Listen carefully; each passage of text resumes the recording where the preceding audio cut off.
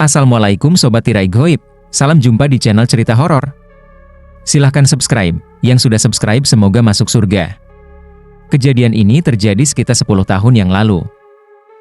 Ketika aku masih bekerja sebagai kameraman di salah satu stasiun televisi swasta. Waktu itu, aku sebut saja bernama Kermit bersama dua temanku, Ari dan Tika, mendapatkan informasi mendesak tentang kecelakaan bus di hutan Linggo Asri, sebuah desa di Kecamatan Kajen, Kabupaten Pekalongan, Jawa Tengah. Jam menunjukkan pukul 17 ketika informasi itu kami terima. Sebagai wartawan, kami sudah terbiasa dengan panggilan mendadak seperti ini. Kami segera berangkat, membawa peralatan dan persiapan seadanya. Sampai di lokasi, matahari mulai tenggelam di balik hutan. Langit temaram dan sedikit menyisakan cahaya merah jingga yang memudar. Kami bergegas menyusuri jalur setapak yang membawa kami ke lokasi kejadian. Bus terlihat terperosok di antara pepohonan besar, beberapa kacanya pecah, dan ada beberapa tas serta barang penumpang berserakan di sekitar tempat itu. Menyaksikan sisa-sisa kecelakaan ini, entah kenapa, suasananya terasa mencekam. Cepetan, kita harus selesaikan sebelum gelap, kata Ari yang berdiri di depan. Aku mengikuti dari belakang, sementara Tika berjalan di tengah. Tanpa pikir panjang, kami langsung mengeluarkan kamera dan memulai pengambilan gambar. Semakin masuk ke dalam hutan, hawa dingin yang aneh mulai terasa. Kami semua bisa merasakannya, tapi entah kenapa tak ada yang bicara.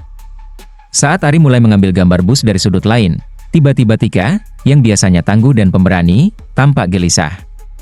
Wajahnya pucat, matanya sesekali melirik ke arah pohon besar di dekat bus. Aku mendekatinya, khawatir dia sakit atau mungkin ada yang tidak beres. Kenapa, Tik? Tanyaku, menepuk bahunya. Gak apa-apa, Om. Jawabnya singkat, masih memanggilku Om. Seperti biasanya. Karena memang itulah kebiasaannya. Aku mencoba menenangkan dia sambil melanjutkan pengambilan gambar. Suasana makin terasa mencekam, dan Tika terlihat semakin pucat. Selesai mengambil gambar, kami pun bergegas untuk pulang. Aku berboncengan dengan Tika di atas motor, sementara Ari naik motornya sendiri di depan kami. Hutan mulai sunyi, hanya ada suara ranting yang berderak diterpa angin. Jalanan terlihat semakin gelap seiring kami meninggalkan lokasi kecelakaan. Tak sampai 100 meter meninggalkan lokasi, tiba-tiba Tika menjerit histeris. Aku hampir kehilangan kendali motor. Tika! Ada apa? Tanyaku panik sambil melihat ke belakang, berharap dia baik-baik saja. Om, di belakang Om Ari, ada perempuan. Tika menunjuk dengan jari gemetar ke arah motor Ari yang berada di depan kami.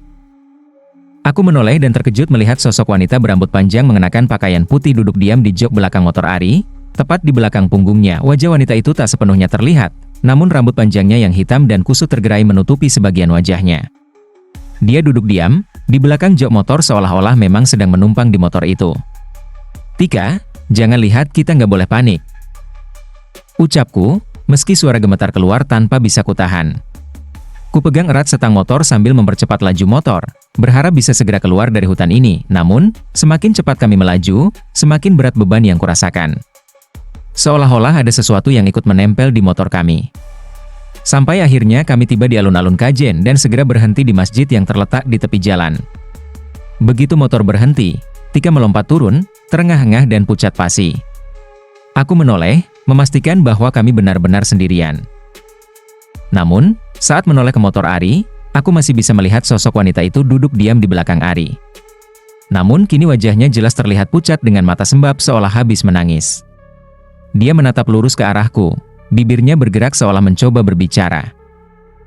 Tika yang ketakutan mulai menangis, sementara Ari terlihat bingung melihat ekspresi kami. Kenapa kalian? Ada apa? Tanyanya. Ari, di belakang kamu, wanita itu masih ada, bisik Tika dengan suara bergetar. Ari terlihat pucat. Wanita apa di belakangku kosong? Tapi jelas sekali kami masih bisa melihatnya. Lalu, wanita itu mulai berbicara. Suaranya terdengar seperti bisikan lirih yang bergaung. Dia supir bus itu, katanya sambil terisak. Aku mencari dia seketika kami semua terdiam.